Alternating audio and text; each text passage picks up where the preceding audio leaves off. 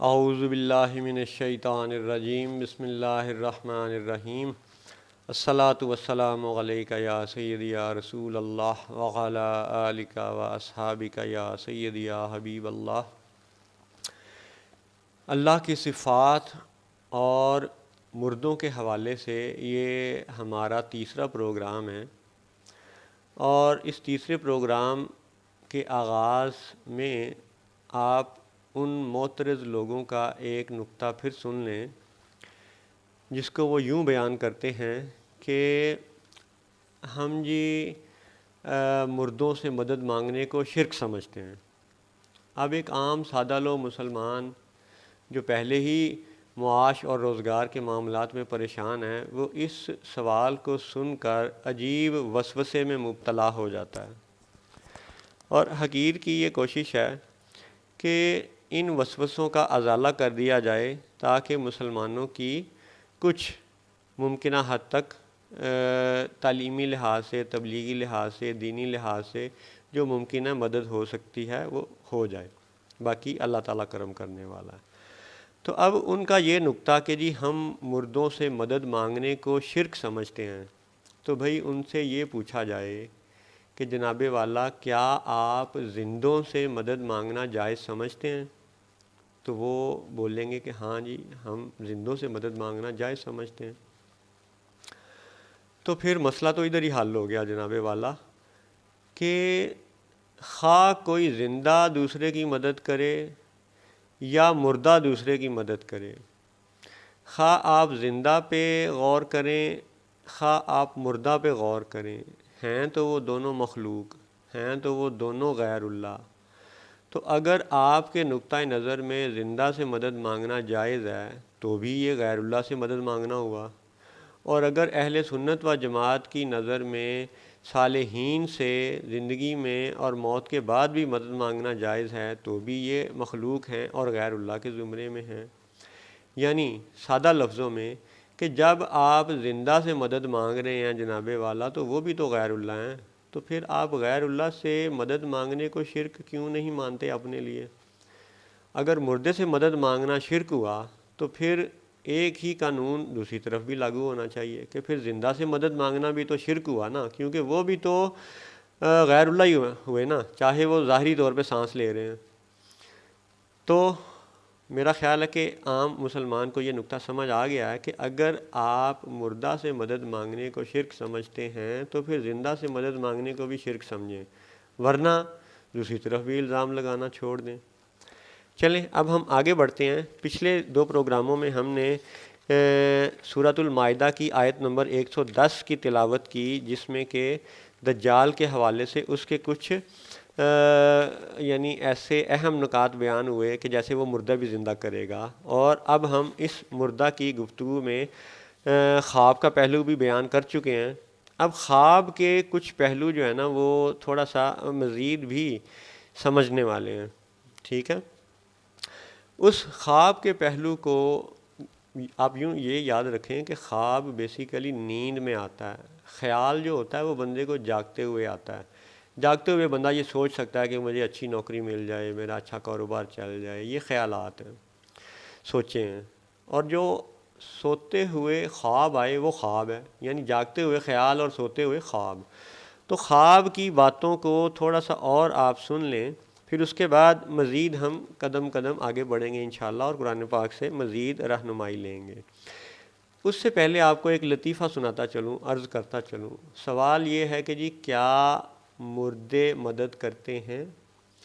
تو اس حوالے سے لطیفہ یہ ہے کہ جب ہم اپنے گھر میں یا دکان پہ بکری، مرغی، گائے، اونٹ وغیرہ ذبح کرتے ہیں، اور الحمدللہ ہم ان کا گوشت کھاتے ہیں، کبھی ہرن کا گوشت کھاتے ہیں، کبھی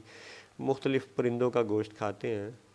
تو اب اس کو یوں سمجھیں کہ ایک مخلوق کی موت دوسرے کی زندگی بنتی ہے، اور یہ ہنسنے والی بات بھی ہے اور بڑی پر لطف اور بڑی لطیف اور بڑی باریک بات ہے کہ ایک کی موت دوسرے کی زندگی بنتی ہے۔ مرغی مر گئی، اس کو ذبح کیا گیا، جبکہ کھانے والا زندہ رہا، تو ایک کی زندگی دوسری کی موت سے جڑی ہوئی ہے۔ اب اس لطیفہ کو لطیف بات سمجھتے ہوئے اب آگے بڑھتے ہیں اور دیکھتے ہیں کہ قرآن پاک میں خواب کے حوالے سے ہمیں مزید کیا بتایا گیا۔ اب سب سے پہلے تو ایک یہ بھی کوئی بندہ کہہ سکتا ہے کہ جی سر درد وغیرہ کی اور تکلیف کی جو مثال پیش کی گئی وہ تو سیلف امپوزڈ ہے کہ بھی ایک بندہ اس نے خود ہی نیند کی کیفیت سے اپنے سر درد کے ٹھیک ہونے کو جب دیکھ لیا تو وہ کہہ سکتا ہے کہ جی میرا خواب تو میری نیند تو میرے لیے فائدہ مند تھی۔ لیکن کیا خواب یا نیند کا اثر دوسروں پر بھی ہوتا ہے؟ یہ بڑا اہم سوال ہے اور اس کے بڑے مزیدار جوابات قرآن پاک میں موجود ہیں، اور یہ سارے ہی جوابات باری باری پر لطف سننے والے ہیں، بڑا ایمان کو تازہ کرنے والے ہیں۔ سب سے پہلی مثال حقیر کی طرف سے آپ کی خدمت میں یہ پیش کی جاتی ہے کہ وہ فرعون جو بڑا ظالم بادشاہ تھا، اس نے ایک خواب دیکھا، اور اس خواب کے معاملے میں جب اس نے تعبیر پوچھی اور تعبیر بتانے والوں نے بتائی تو پھر کیا ہوا؟ آئیے قرآن پاک سے پہلے سورۃ البقرہ کی آیت نمبر 49 کا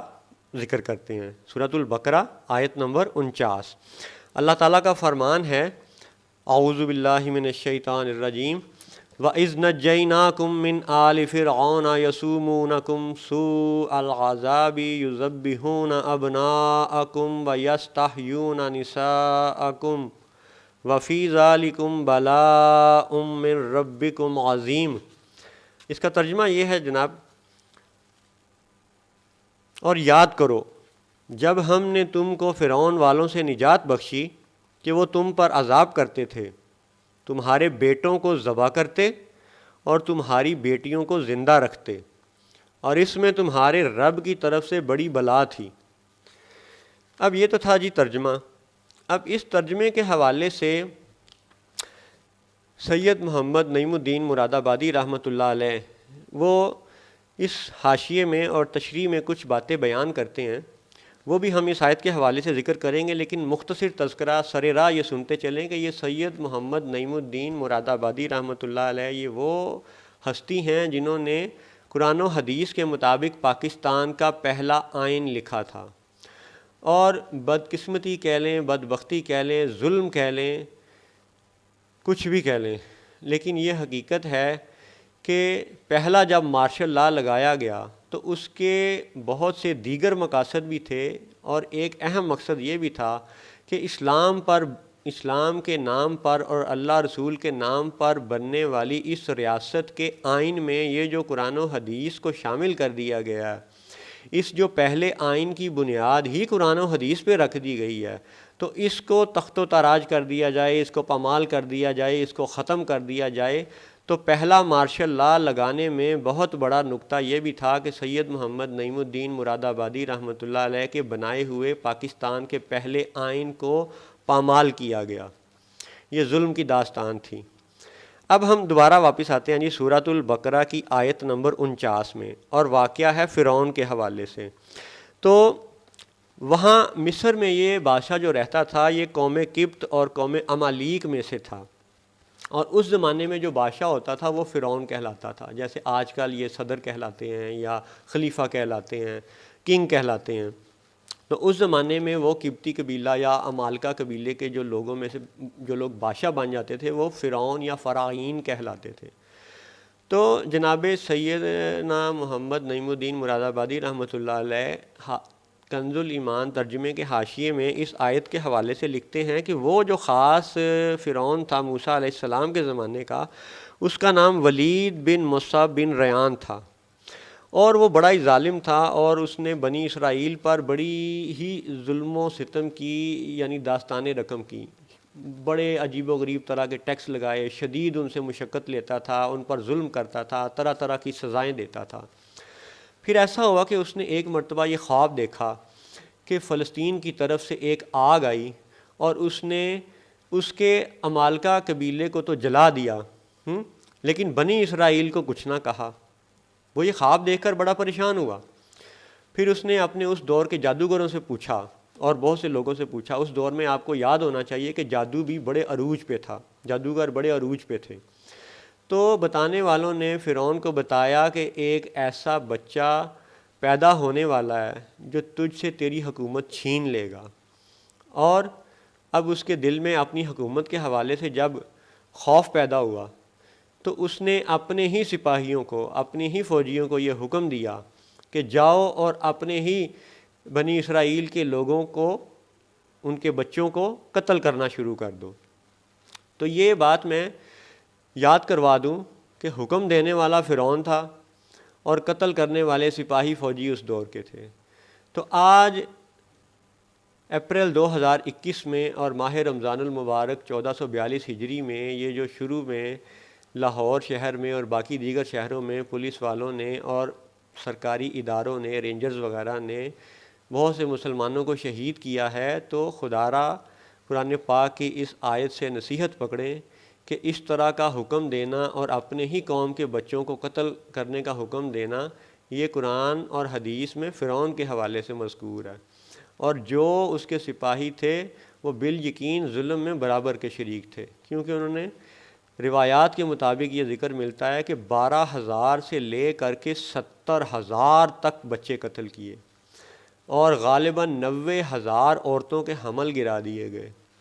پھر جب ظلم و ستم اس قدر بڑھ گیا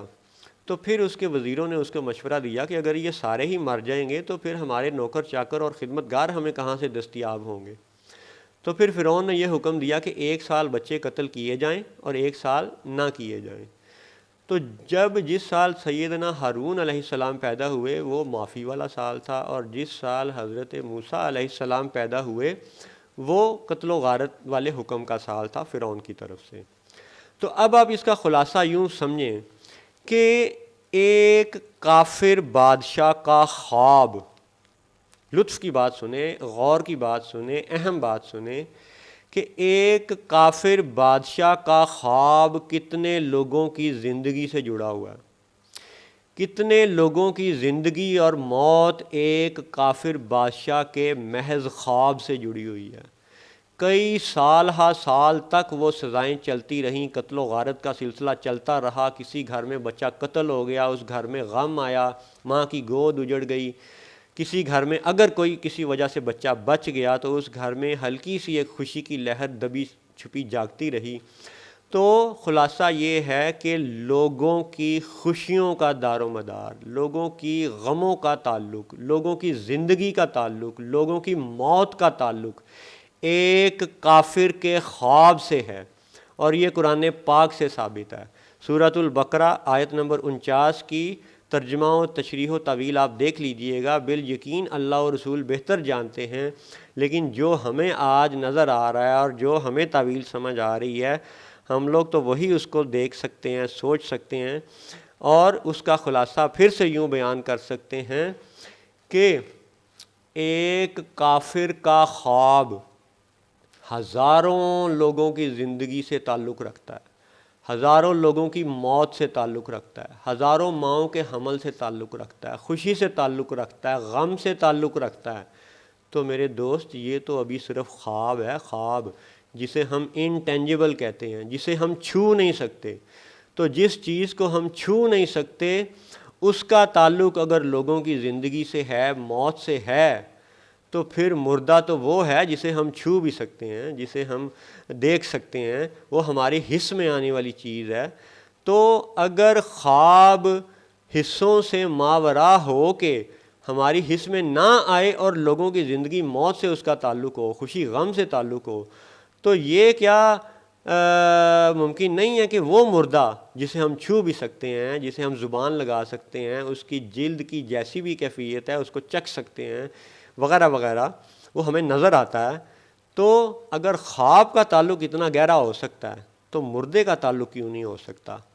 اب یہ تھا ایک اہم نقطہ خواب کے حوالے سے، اور یاد رہے کہ خواب نیند میں ہوتا ہے اور نیند موت کی مثل ہوتی ہے۔ تو اب اس تیسرے پروگرام کے اس آخری حصے میں